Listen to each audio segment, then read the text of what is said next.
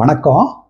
இன்னைக்கு நம்ம சர்க்கரை தாழ்வு நிலை அல்லது லோ சுகர் அல்லது ஹைப்போகிளைசீமியான்னு சொல்லுவோம். அதை பற்றி பார்க்க போகிறோம். இந்த சர்க்கரை தாழ்வு நிலையை பற்றி சர்க்கரை வியாதி இருக்கிறவங்க மட்டும் இல்லாமல் அவர்களுடைய உறவினர்கள், நண்பர்கள், அவரை சுற்றி யார் யார் இருக்கிறாங்களோ எல்லாரும் இதை பற்றி தெரிஞ்சு வச்சுக்கணும். ஏன்னா சில சமயங்களில் இந்த சர்க்கரை நோயாளிகளுக்கு சர்க்கரை தாழ்வு நிலை வரும்போது அவங்களுக்கு உதவி செய்கிறதுக்கு பக்கத்தில் உள்ளவங்க தேவைப்படுவாங்க. சரியா?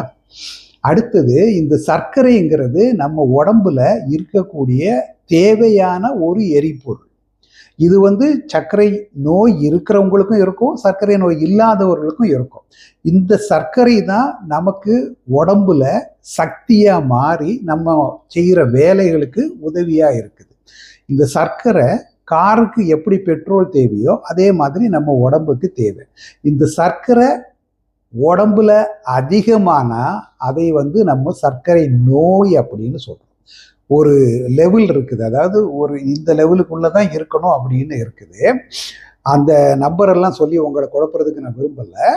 அந்த லெவலுக்கு மேலே போனால் அதை சர்க்கரை நோயின்னு சொல்கிறோம். அந்த லெவலுக்கு கீழே போனால் அதை சர்க்கரை தாழ்வு நிலை, சர்க்கரை லோ சுகர் அல்லது ஹைப்போகிளைசீமியா அப்படின்னு சொல்கிறோம்.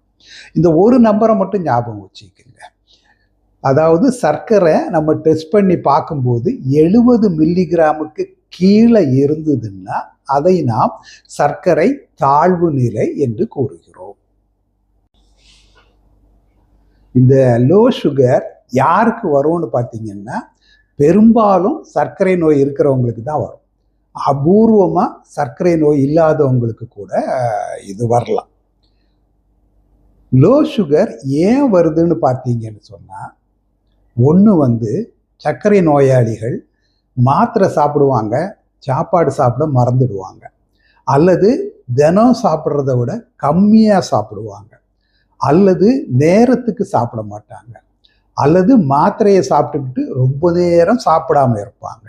இப்படி எது பண்ணினாலும் அந்த லோ சுகர் வர்றதுக்கு காரணமாக இருக்குது. இன்னொன்று உடல் உழைப்பு. உடல் உழைப்பு ஒரு நாள் மட்டும் என்னைக்கும் பண்ணுறதை விட பல மடங்கு அதிகமாக உடல் உழைப்பு பண்ணுனா அன்னைக்கும் லோ சுகர் வருவதுக்கு வாய்ப்பு இருக்குது. ஏன்னா நம்ம உடல் உழைப்பு பண்ணும்போது நம்ம உடம்புல உள்ள சதைகள்லாம் ரத்தத்தில் உள்ள சர்க்கரையை உறிஞ்சிக்குது. அப்படி உறிஞ்சும் போது கொஞ்ச நேரம் கழித்து அந்த சுகர் குறைஞ்சிடுது. அதனால அந்த உடல் உழைப்பு தினம் பண்ணுறதை விட பல மடங்கு அதிகமாக பண்ணுனா அன்னைக்கும் லோ சுகர் வருவதுக்கு வாய்ப்பு இருக்குது. அது போக மாத்திரைகளை ஞாபக மறதியா அல்லது தவறுதலா அதிகமாக எடுத்துக்கிறது, இன்சுலின் ஊசியை மாற்றி போட்டுக்கிறது அல்லது இன்சுலின் ஊசியை அதிகமாக போட்டுக்கிறது, இதெல்லாம் கூட லோ சுகர் வருவதற்கு காரணமாக அமைகிறது. லோ சுகர் நம்ம உடம்புல வந்ததுன்னா நம்ம உடம்பே நமக்கு அதை சில அறிகுறிகள் மூலம் தெரியப்படுத்தும். என்னென்ன அறிகுறிகள் இருக்கும் அப்படின்னு பார்த்தீங்கன்னா, கைகளில் நடுக்கம் வரும், உடம்புல ஒரு படபடப்பு இருக்கும், எதையாவது சாப்பிடணும் போல தோணும், காரணமே இல்லாமல் வேர்த்து ஓடும், உடம்பு ஒரு டல்லாக இருக்கும். இந்த மாதிரி ஏதாவது இருந்ததுன்னா அது லோ சுகர் இருக்குது அப்படிங்கிறது அறிகுறி. இந்த அறிகுறிகள் தென்பட்ட உடனே நம்ம எதையாவது சாப்பிட்டுட்டோம்னு சொன்னால் அந்த லோ சுகர் ஒரு 10-15 நிமிஷத்தில் நார்மல் லெவலுக்கு வந்துடும், சாதாரணமாக சமநிலைக்கு வந்துடும். இந்த அறிகுறிகளும் மறைந்து போகும். இந்த அறிகுறிகள் வந்த பிறகும் நம்ம ரொம்ப நேரத்துக்கு சாப்பிடாம இருந்தோம்னு சொன்னால் அந்த சர்க்கரை ரத்தத்தில் ரொம்ப குறைந்து போய் நமக்கு ஞாபக சக்தியே இல்லாமல் போகிறதுக்கு கூட வாய்ப்பு இருக்குது. இது அபூர்வமாக தான் வரும், ஆனால் வருவதுக்குள்ள வாய்ப்பு இருக்குது. சர்க்கரை தாழ்வு நிலை வந்த உடனே நம்ம என்ன செய்யணும்? முதல்ல உங்கள் வீட்டில் குளுக்கோமீட்டர், அதாவது சர்க்கரையை டெஸ்ட் பண்ணி பார்க்கக்கூடிய மெஷின் இருந்ததுன்னா உடனே டெஸ்ட் பண்ணி பாருங்கள். எவ்வளவு இருக்குதுன்னு பார்த்து 80க்கு கீழே இருந்ததுன்னா உங்களுக்கு சர்க்கரை தாழ்வு நிலை இருக்குதுன்னு அர்த்தம். நீங்கள் அதை ஒரு நோட் புக்கில் நோட் பண்ணி வச்சுக்கிட்டு ஒரு ஸ்பூன் குளுக்கோஸை எடுத்து வாயில் போட்டுக்கிட்டிங்கன்னா சர்க்கரை சரியாயிடும். சப்போஸ் குளுக்கோஸ் இல்லைன்னா நம்ம காஃபிக்கு போகக்கூடிய சர்க்கரை இருக்குதுல்ல, சாதாரண சர்க்கரை, அந்த சர்க்கரையை ஒரு அரை கப்பு தண்ணீரில் கரைச்சி குடிச்சிட்டிங்கன்னா ஒரு 10-15 நிமிஷத்தில் உங்கள் நிலைமை நார்மல் ஆகிடும். 10 நிமிஷத்தில் சரியாகலை அப்படின்னு சொன்னால் வீட்டில் மீட்டர் இருந்ததுன்னா திருப்பி ஒரு தடவை செக் பண்ணி பார்க்கலாம். சுகர் எவ்வளோ இருக்குது, முன்னால் விட அதிகமாக இருக்குதா என்ன அப்படின்னு. முன்னால் விட அதிகமாகல அதே லெவலில் இருக்குதுன்னா திருப்பி ஒரு தடவை நீங்கள் குளுக்கோஸை யூஸ் பண்ணிக்கலாம், குடிச்சிக்கலாம், அல்லது சர்க்கரையை குடிச்சிக்கலாம். லெவல் நார்மல் ஆகிடுச்சு, சிம்டம்ஸ் எல்லாம் மறைஞ்சிடுச்சு அப்படின்னு சொன்னால் அதோட விட்டுடலாம். சரியா? சில சமயங்களில் நம்ம சர்க்கரை நோயாளிகளுக்கு இந்த சுகர் ரொம்ப குறையும் போது அவர்களால் அவங்களுக்கே அந்த சர்க்கரையை போட்டுக்கொள்ளவோ அல்லது குளுக்கோஸை எடுத்துக்கொள்ளவோ முடியாத நிலைமையில இருப்பாங்க.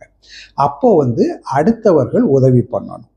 அடுத்தவர்கள் உதவி பண்ணும்போது என்ன பண்ணணும்னா, முதல்ல போய் அவங்கள தட்டி பார்க்கணும். அவங்க தட்டி பார்த்தா அவங்க கண்ணை திறக்கிறாங்க, பேசுகிற நிலைமையில இருக்கிறாங்க அப்படின்னு சொன்னால் அவங்கள உட்கார வச்சு அவங்க வாயை திறக்க சொல்லி அவங்க வாயில் கொஞ்சம் குளுக்கோஸை போட்டிங்கன்னு சொன்னால் ஒரு 10 நிமிஷத்தில் 15 நிமிஷத்தில் அவங்க சரியாயிடுவாங்க.